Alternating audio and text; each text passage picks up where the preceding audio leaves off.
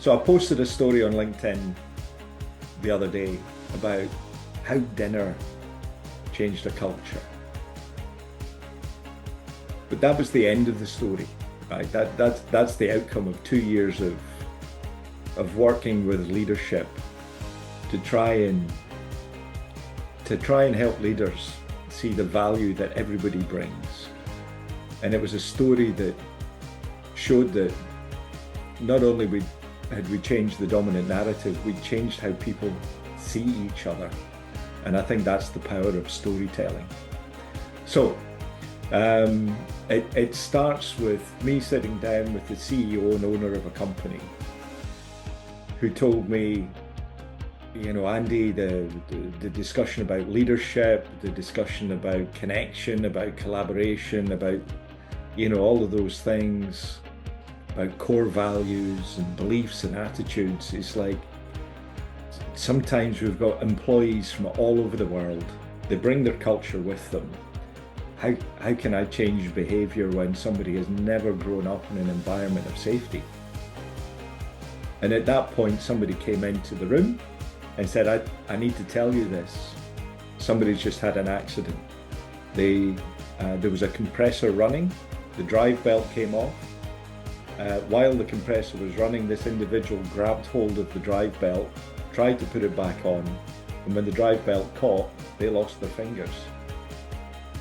And the leader of the business looked at me and he said, what do you want to do with that? How can I change that? And I said to him, give me a week and I'll come back and I'll sit with you and I'll show you why this is something that you need to fix, not the employees.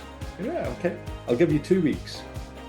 So, you know, the story isn't about the investigation. As you can imagine, I went out, I spoke to operations. They've got loads of downtime because they've got old equipment. They've got a third-party company in. They've got no maintenance procedures. They don't train their people very well. So we've got poor equipment, people that don't have the skills to fix it because it's cheap. He said the downtime we've got is just huge. I said, well, why did we not know that this company wasn't able to support us? Well, we talked to procurement and contracts, and they were like, well, you know, we'd love to be able to do a supplier evaluation, but finance just tell us to get the cheapest contractor in. So I spoke with finance, and we got contracts and procurement, we got HR, we got people around the table and said, how can we make this better? And by the time operations had spoken about downtime and everything, they realised there was a better way. If we spend more money on a contractor with better equipment, we'll have more uptime, right? We won't have to be repairing these things. So it was a business case. So I sat down again with the leader of the business within the week, and I said, the reason that this gentleman lost his fingers on our project is because we didn't collaborate between procurement and operations and finance, and we ended up with a company that wasn't able to perform. And the reason we don't have collaboration between the people that work for you is that you haven't created the conditions to say it's not one department that dominates the decision.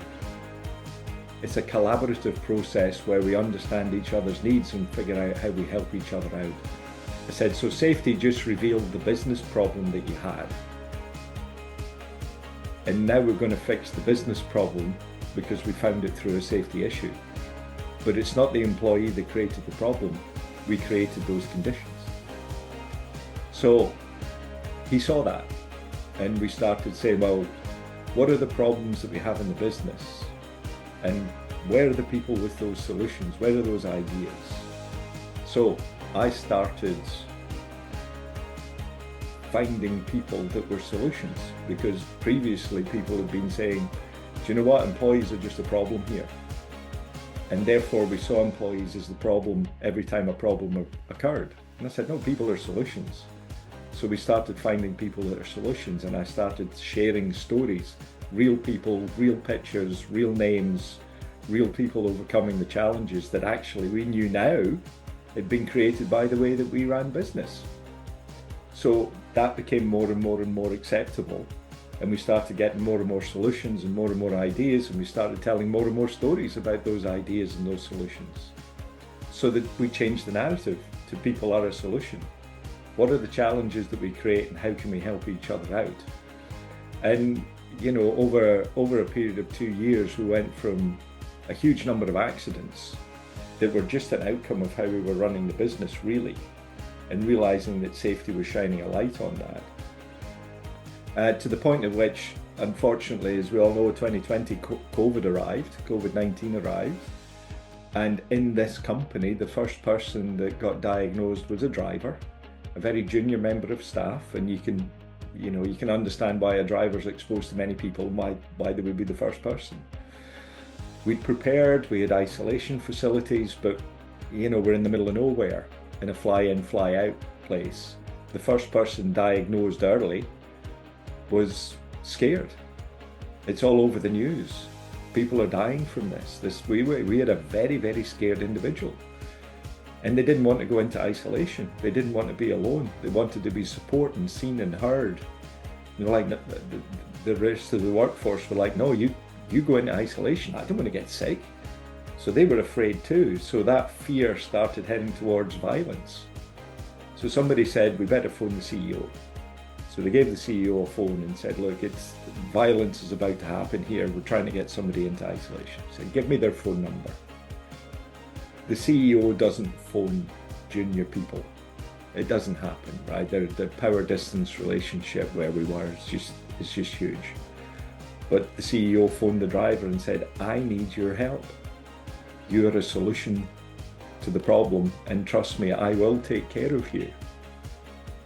But if everybody gets sick, then I can't run the business. And if I can't run the business, I don't get paid. And if I don't get paid, I can't pay you, and you can't support your family and send money home to them. So please, will you help me and go into isolation? And I promise I'll take care of you. And of course, the guy would have just gone in if the CEO had said, go into isolation. But he explained why. Because he saw the value in people over the 2-year period that we had. I can't have a thriving business unless my employees are thriving, right? So the gentleman went into isolation, and the CEO went home. He cooked a traditional meal from his country, him and his wife, and then he boxed it up. He drove to the camp. He laid dinner at the driver's door, knocked on the door, took 2 steps back, right, 2 meters safe distance. The driver answered, and he reaffirmed his promise to take care of him, and he said, I've made dinner for you out of gratitude. And he explained the traditional dishes from his home country and took pride in that. And the driver was astonished. That story became part of the legend of the company. Nobody was allowed to say bad things about the leader anymore that didn't care. The leader that drove a business that blamed employees for all of the problems. Everybody told the story about Khalid cared so much that the most junior person in the organization who helped him out was rewarded with dinner. So the volume of stories that switched from the dominant narrative of safety, which are, people make mistakes, people make errors, that's the reason that they get hurt. So figure out why they've made a mistake. No. Figure out how we can support them. Figure out how we create the conditions for them to thrive. Figure out how we can support each other surfacing the problems, because there's always a solution to be had, and that's a contribution focus, not a negative focus. And the more stories we shared about that, the more that became true, the more that we saw that. And the company not only stopped having accidents, but it went on to be more profitable, more efficient, more effective. And guess what happened to the leader of the business? I just heard about a month ago that person is now leading several businesses for that company now, that group of companies, because he's a great leader, because he supports his people. So that's the story I wanted to tell.